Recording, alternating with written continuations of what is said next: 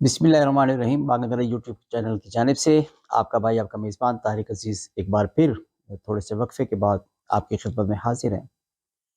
آج کل social media پہ ہی نہیں بلکہ پاکستان کی سیاست میں بھی بہت اہم جو موضوع زیر بحث لایا جا رہا ہے وہ ہے چیف جسٹس قاضی فائز عیسیٰ کا وہ متنازع فیصلہ جو قادیانیوں کے حوالے سے انہوں نے کیا ہے۔ پاکستانی قوم چونکہ ایک قوم تو ہرگز نہیں ہے، میں ہمیشہ کہا کرتا ہوں یہ ایک ہجوم ہے، اور ہجوم میں طرح طرح کی بولیاں ہوا کرتی ہیں۔ قاضی فائز عیسیٰ کے حالیہ فیصلے سے پہلے میں آپ کو تھوڑا سا تمہیداً کچھ تاریخ کے جھروکوں میں لے کر جانا چاہوں گا کہ بین الاقوامی اسٹیبلشمنٹ جب پاکستان میں کوئی کارنامہ سر انجام دینا چاہتی ہے تو وہ اسی وقت اس کو پلان نہیں کرتی، بلکہ ایک بہت عرصے پہلے پلاننگ اس کی ہو چکی ہوتی ہے۔ مثال کے طور پہ جب امریکہ سپر پاور بننے کے نشے میں روس کو تباہ و برباد کرنا چاہتا تھا تو سب سے بہترین ہتھیار جو پاکستان میں استعمال کرنے کے تھے وہ طالبان تھے۔ طالبان کو استعمال کرنے کے لیے کوئی نہ کوئی مذہبی لیڈر، مذہبی رہنما چاہیے تھا جو ان کو استعمال کر کے روس کو برباد کر سکتا تھا۔ اس وقت پاکستان میں جنرل ضیاء الحق سے بہتر کوئی مذہبی لیڈر ان کے سامنے نہیں تھا، اور یہی وجہ تھی کہ بھٹو کا تختہ الٹ کر جنرل ضیاء الحق کو منظر عام پر لایا گیا، اور جنرل ضیاء الحق نے جہاد کے نام پر روس کو برباد کروایا گیا جنرل ضیاء الحق کے ذریعے، اور مرد مومن مرد حق ضیاء الحق کا نعرہ پاکستان کی فضاؤں میں گونجنے لگا۔ لیکن اگر آپ مقامی طور پر بھی کسی بھی واردات کو سٹڈی کریں تو ہمیشہ سے یہ نظر آتا ہے کہ جب کسی کو کوئی اسائنمنٹ سونپی جاتی ہے تو اس کے اوپر بھی کوئی نہ کوئی اسائنمنٹ پہلے سے پلان کی جاتی ہے۔ مثال کے طور پر لیاقت علی خان کو قتل کروایا گیا، اور لیاقت علی خان کو قتل کرنے والے کو پھر قتل کر دیا گیا، اور اس سارے پلان کرنے والے کو بھی اس دنیا سے اٹھا دیا گیا۔ اسی طرح جنرل ضیاء الحق کو روس کے خلاف طالبان کے ذریعے استعمال کرنے کے لیے، پھر ضیاء الحق کو بعد میں راستے سے ہٹانے کے لیے بھی پہلے سے ہی پلان تھا۔ طالبان کو مذہبی رہنما کی ضرورت تھی، ضیاء الحق سے بہترین رہنما مذہبی نہیں مل سکتا تھا، روس کو برباد کر دیا۔ اب روس کو برباد کرنے کے بعد طالبان کی حوصلہ افزائی ہو چکی تھی، اور طالبان ایک بہادر جنگجو قوم کے طور پر سامنے آ چکے تھے۔ یہ بہادر اور جنگجو قوم طالبان، جو یقیناً بہادر اور جنگجو قوم ہے، وہ خود بعد میں روس کے لیے تباہی کا باعث بننے کے بعد امریکہ کے لیے بھی خطرہ تھا۔ یہی وجہ تھی کہ پھر جنرل ضیاء الحق کو راستے سے ہٹا دیا گیا، اور ایک فضائی حادثے میں ضیاء الحق کو شہید کروا دیا گیا یا قتل کروا دیا گیا۔ ہر متعلقہ بندے اپنے لحاظ سے وہ الفاظ استعمال کر سکتا ہے۔ اس کے بعد جنرل ضیاء الحق کے بعد ایک ایسے سیکولر آدمی کی ضرورت تھی جو طالبان کو بھی نہ کچنے چبوا سکتا تھا۔ وہ پرویز مشرف سے بہترین فوجی آمر نہیں تھا، کیونکہ جمہوری پسند قوتیں، سیاسی جماعتیں کسی کے بھی اعلی کار بننے سے پہلے ہمیشہ سے سوچ و بچار کا کام کرتی ہے، لیکن جب کوئی آمر ملک پہ مسلط ہوتا ہے تو اس کو کسی سے مشورہ لینے کی ضرورت نہیں پڑتی۔ جنرل پرویز مشرف کے ذریعے طالبان کو بھی نکرے لگایا گیا، اور پاکستان میں موجود مذہبی جماعتوں کو بھی نشانہ بنایا گیا، جس کی سب سے بڑی مثال لال مسجد کا سانحہ ہے۔ جب جنرل پرویز مشرف سے مقاصد پورے ہو گئے تو پھر مشرف کو بھی عبرت کا نشان بنایا گیا۔ یہی مثال سمجھنے کے لیے اب آ جائیں جسٹس قاضی فائز عیسیٰ کی طرف کہ اس نے قادیانیوں کے متعلق یہ فیصلہ دیا، تو اس کے پس پردہ محرکات کیا تھے؟ یقیناً ثاقب نثار کے ذریعے عمران خان کو پروان چڑھایا گیا، سپورٹ کیا گیا، لیکن آپ تاریخ کا مطالعہ کریں، عمران خان کے دور میں ہونے والے بہت سارے محرکات کا مطالعہ کریں تو اس وقت بھی قادیانیوں کو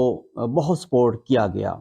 خفیہ طور پر کیا گیا یا ظاہری کیا گیا، بہرحال عمران خان کو قادیانی کے بارے میں سپورٹ کیا گیا۔ لیکن کیا وجوہات تھی یا مذہبی قوتیں چونکہ عمران خان کے ساتھ نہیں تھی، یہی وجہ تھی کہ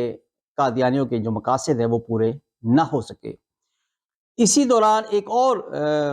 جو تحریک چلائی گئی اندرون خانہ، وہ تھی جسٹس قاضی فائز عیسیٰ کو ہیرو کے طور پر سامنے لایا جا رہا تھا۔ چیف جسٹس جناب قاضی فائز عیسیٰ کے متعلق پاکستانی قوم، خاص طور پر جو عمران خان کے اینٹی تھی، عمران خان کی مخالف قوتیں تھیں، وہ چیف جسٹس قاضی فائز عیسیٰ کو ایک فرشتہ سمجھنے لگی، اور بہت سارے مواقع پر جسٹس قاضی فائز عیسیٰ نے بھی یہ تاثر دیا ہے کہ میں ایک مذہبی ذہن رکھنے والا آدمی ہوں، میں ایک انصاف پسند آدمی ہوں، اور میں پاکستان کی اس اعلیٰ مسنت میں بیٹھنے کے بعد پاکستان کی قوم کی امنگوں کا ترجمان بنوں گا۔ اور بہت سارے ایسے ان سے فیصلے بھی کروائے گئے جس کی بنیاد پر اس کو ہیرو بنایا گیا۔ چونکہ پی ٹی آئی تو پہلے سے ہی اندرون خانہ قادیانیوں کی حمایت میں تھی، ضرورت اس امر کی تھی کہ نون لیگ کے لوگوں کو بھی قادیانیوں کے ساتھ ملایا جائے، یا قادیانیوں کے متعلق ہلکا ایک جو رویہ ہے وہ اختیار کرنے پر مجبور کیا جائے۔ یہی وجہ ہے کہ نون لیگ کے خاص طور پر سپورٹرز کو یہ تاثر دیا گیا کہ جنرل قاضی فائز عیسیٰ جو کچھ کرے گا وہ ٹھیک ہی ہوگا۔ سیاسی مقدمات میں آپ نے چیف جسٹس قاضی فائز عیسیٰ کا وہ رویہ دیکھا ہوگا جس کی بنیاد پر وہ سیاسی وکیلوں کو ڈانٹ ڈپٹ دیا کرتے تھے، اور خود اپنی باتیں کرنے کے بعد کہا کرتے تھے یا یہ تاثر دیتے تھے کہ میں ہی ٹھیک ہوں، آپ غلط ہیں۔ لیکن شاید اس کو اندازہ نہیں تھا کہ پاکستان میں مذہبی رجحان رکھنے والے لوگ ہر چیز برداشت کر سکتے ہیں، لیکن تاج و تخت ختم نبوت کے اوپر کسی قسم کی آنچ برداشت نہیں کر سکتے۔ چیف جسٹس قاضی فائز عیسیٰ کا حالیہ فیصلہ مجھے یہاں بتانے کی ضرورت نہیں ہے، آپ حضرات سوشل میڈیا پر یا تفصیلی فیصلے میں یہ بات سن چکے ہیں، پڑھ چکے ہیں کہ ایکچولی وہ ختم نبوت والا جو مسئلہ تھا وہ کیا تھا۔ میں مختصراً یہ بتانا چاہوں گا کہ چناب نگر، جس کو پہلے ربوہ بھی کہا جاتا تھا، وہاں پر ایک قادیانی نے اپنی مرضی کی قرآن پاک کی تفسیر بنا کر علاقے میں تقسیم کرنا شروع کی، جس پہ حسن معاویہ نامی ایک جرأت مند اور بہادر شخص نے یہ مقدمہ درج کیا، اور اس مقدمے میں وہ کامیاب ہوا یا نہیں ہوا، لیکن چیف جسٹس قاضی فائز عیسیٰ کی صورت میں چھپا ہوا قادیانی نواز شخصیت کو سامنے لے آیا۔ یہ متنازع فیصلہ کسی بھی صورت نہ اس قوم کو منظور ہے اور نہ ہی ہو سکتا ہے۔ قاضی فائز عیسیٰ کو اپنے اس فیصلے پر نظر ثانی، نہ صرف نظر ثانی کرنی چاہیے بلکہ قوم کے سامنے حقائق بھی لانے چاہیے کہ اس نے یہ فیصلہ کس کی ایما پر کیا، وہ کون سی بیرونی یا اندرونی قوتیں تھیں جس کی بنیاد پر یا جس کے سہارے یا جس سے مجبور ہو کر جسٹس فائز عیسیٰ نے یہ مسلمانوں کے لیے تکلیف دہ فیصلہ کیا ہے۔ پاکستانی قوم خاص کر اور پوری دنیا کے عالم اسلام کے مسلمان بالعموم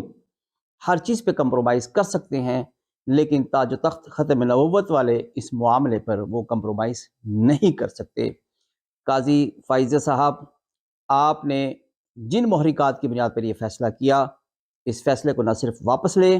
بلکہ قوم کے سامنے معافی مانگیں، اور واضح طور پر اس قوم کے سامنے رکھیں کہ کس کے ایما پر، کس کے اشارے پر آپ نے یہ فیصلہ دیا ہے۔ دوسری بات، میں آپ نون لیگ کے دوستوں سے یہ گزارش کروں گا، چونکہ آپ حضرات کے سامنے میرا بھی جو اوپینین ہے وہ نون لیگ کے معاملے میں واضح ہے۔ میں سیاسی طور پر واضح طور پر میاں محمد نواز شریف کو پاکستان کی سیاست کا بے تاج بادشاہ سمجھتا ہوں۔ وجہ اس کی ان کی ذات نہیں ہے بلکہ اس کی پلاننگز یا اس کی پالیسیاں ہیں، جو پاکستان کے حوالے سے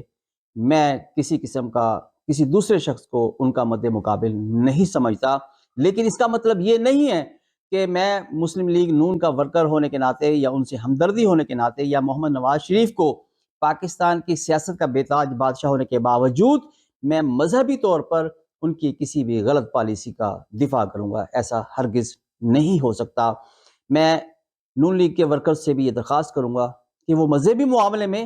اندھی تقلید نہ کیا کریں۔ سیاست میں میاں محمد نواز شریف کا سپاہی ہونا اپنی درجہ پہ اپنی جگہ پر ایک اٹل ہے، لیکن قاضی فائز عیسیٰ کے اس قابل مذمت فیصلے کو ہم قبول نہیں کر سکتے، اور پاکستان مسلم لیگ نون کے ہر وہ سپاہی جو پہلے مسلمان ہے وہ اس فیصلے کی نہ صرف مذمت کرتا ہے بلکہ قاضی فائز عیسیٰ سے مطالبہ بھی کرتا ہے کہ وہ اس فیصلے کو واپس جتنی جلد لے لے گا اتنا ہی اس قوم کے لیے، اس ملک کے لیے اور آپ کی ذات کے لیے بہتر ہوگا۔ ادروائز پاکستانی قوم تاج و تخت ختم نبوت کے معاملے میں انتہائی حساس ہے، اور وہ کسی بھی قسم کی گستاخی کو برداشت نہیں کرتی۔ اللہ اس پاکستانی قوم کو ایک ہجوم سے نکال کر ایک قوم بنائے، شعور عطا فرمائے، وہ لیگی ورکر ہو یا پی ٹی آئی کا ورکر ہو یا کسی بھی جماعت سے اس کا تعلق ہو، پاکستان میں رہتے ہوئے دین اسلام کے ساتھ مخلص ہونے کی توفیق عطا فرمائے۔ ملتے ہیں انشاءاللہ جلد ہی کسی نئے موضوع کے ساتھ۔ آپ حضرات سے میری وہی درخواست کہ میرے اس چینل کو لائک کریں، سبسکرائب کریں اور بیل کے آئیکن کو ضرور پریس کیا کریں تاکہ میرے آنے والی ہر ویڈیو آپ حضرات تک بلا تعطل پہنچ سکے۔ اجازت دیجیے، اللہ حافظ۔